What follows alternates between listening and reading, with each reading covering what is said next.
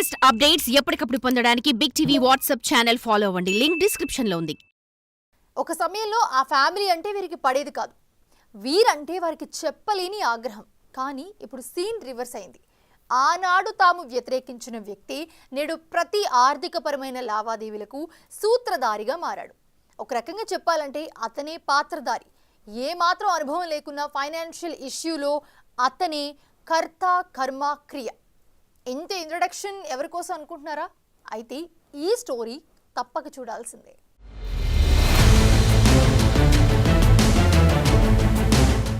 Why Vikrant Reddy గతంలో ఈ పేరు ఎక్కడా వినిపించలేదు కదా. అటు రాజకీయాల్లో కానీ ఇటు ఇతర రంగాల్లో కనిపించని ఆ వ్యక్తి వైఎస్ ఫ్యామిలీకి ఆర్థిక వనరు అంటే అతిశయోక్తి కాదేమో. ఎందుకంటే ప్రస్తుతానికి ఈ పేరు దేశవ్యాప్తంగా మార్మోగుతోంది. కాకినాడ పోర్టులో జరిగిన అవకతవకలపై అంశంపైనే ఈ పేరు బలంగా వినిపిస్తోంది. ఇన్నాళ్లు ఎక్కడా వినిపించని పేరు కోసం కొందరు గూగుల్ సెర్చ్ చేశారంట. మొత్తానికి విక్రాంత్ రెడ్డి ఎవరనే అంశంపై స్పష్టత వచ్చేసింది. ఆయన టీటీడీ మాజీ చైర్మన్, వైసీపీ కీలక నేత వైవి సుబ్బారెడ్డి తనయుడు.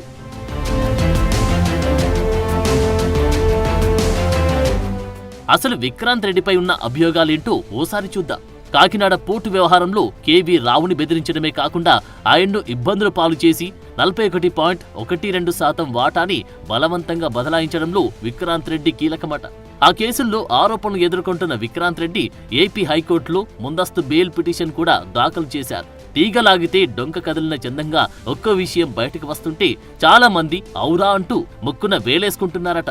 ఎందుకంటే ఇన్నాళ్లు తాడేపల్లి ప్యాలెస్ కు ఫైనాన్స్ సమకూర్చింది ఇతగాడేనని తెలుసుకున్న సొంత పార్టీ నేతలే ఆశ్చర్యం వ్యక్తం చేస్తున్నారట.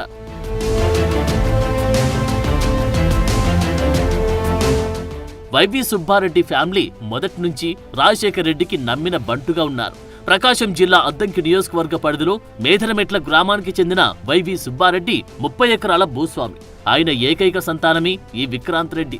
రాజశేఖర్ రెడ్డి మరణం తర్వాత విజయమ్మ, షర్మిల వైపు సుబ్బారెడ్డి నిలబడ్డారట. ఇది తెలుసుకున్న జగన్ చిన్నాన్నను దూరం పెడుతూ వచ్చారు. తర్వాత కాలంలో జరిగిన పరిణామాలు, రాజకీయ కారణాల నేపథ్యంలో విక్రాంత్ రెడ్డి కూడా జగన్ ఇంట్లో కీలక వ్యక్తిగా మారాడట. తాడేపల్లికి చెందిన ప్రతి ఆర్థిక లావాదేవీలు విక్రాంత్ రెడ్డే చూసుకునేవారట. పార్టీకి సంబంధించిన అన్ని వ్యవహారాలు చక్కబెడుతూ అనతి కాలంలోనే పేరు తెచ్చుకున్నాడట. 2020 నుంచి విక్రాంత్ రెడ్డి చేతుల మీదుగానే తాడేపల్లి ఆర్థిక వ్యవహారాలు సాగాయంటేనే తెలుస్తుంది అతనికున్న పవర్ ఏంటో.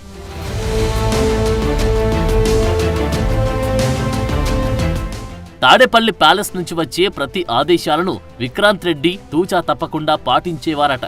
రాష్ట్రంలో పలు అంశాలకు సంబంధించిన ఆర్థిక సెటిల్మెంట్లు విక్రాంత్ రెడ్డి నేతృత్వంలో జరిగేవంటేనే ఊహించుకోవచ్చు అతని సామర్థ్యమేంటో.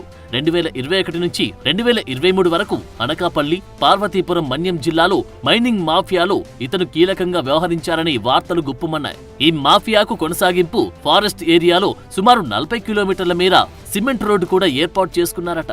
లేటరైట్ మైనింగ్ అంశం అప్పట్లో పెను దుమారాన్ని రేపింది. ఈ మైనింగ్ పౌడర్ ను భారతీయ సిమెంట్ తయారీతో పాటు అల్యూమినియం తయారీలోనూ ఎక్కువగా వినియోగించేవారట. తద్వారా కోట్ల రూపాయల ఆర్థిక లావాదేవీలు జరిగినట్లు తెలుస్తోంది. కాకినాడ పోర్టుకు సంబంధించి జగన్ సూచనలు, సలహాల మేరకే తనతో విక్రాంత్ రెడ్డి అనేక సందర్భాల్లో డైరెక్ట్ గా, ఇండైరెక్ట్ గా మాట్లాడినట్టు కేవీ రావు ఫిర్యాదులో పేర్కొన్నారు. హైదరాబాద్ లోని వైవి నివాసంలో 3 సార్లకు పైగా శరత్ చంద్రారెడ్డి, కేవీ రావుతో కలిసి విక్రాంత్ రెడ్డి చర్చలు జరిపినట్లు సమాచారం. వీటిని బేస్ చేసుకుని ఆర్థిక బదలాయింపు కొనసాగినట్లు కేవీ రావు ఫిర్యాదులో పేర్కొన్నారు. దీంతో ఒక్కొక్కటిగా విక్రాంత్ అరాచకాలు బయటకు వస్తున్నాయని పొలిటికల్ టాక్ నడుస్తోంది. ఎలాంటి రాజకీయ అనుభవం లేకపోయినా తాడేపల్లి ప్యాలెస్ నుంచి ఆర్థిక వ్యవహారాలను విక్రాంత్ రెడ్డి నడిపారనే విషయం ఇప్పటివరకు చాలా మందికి తెలియదట. పైకి అందరూ సాయిరెడ్డి, సజ్జల రామకృష్ణారెడ్డి పేర్లు మాత్రమే చెప్పినా ప్రతి ఆర్థిక వ్యవహారాన్ని విక్రాంత్ రెడ్డి చక్కబెట్టినట్లు సమాచారం.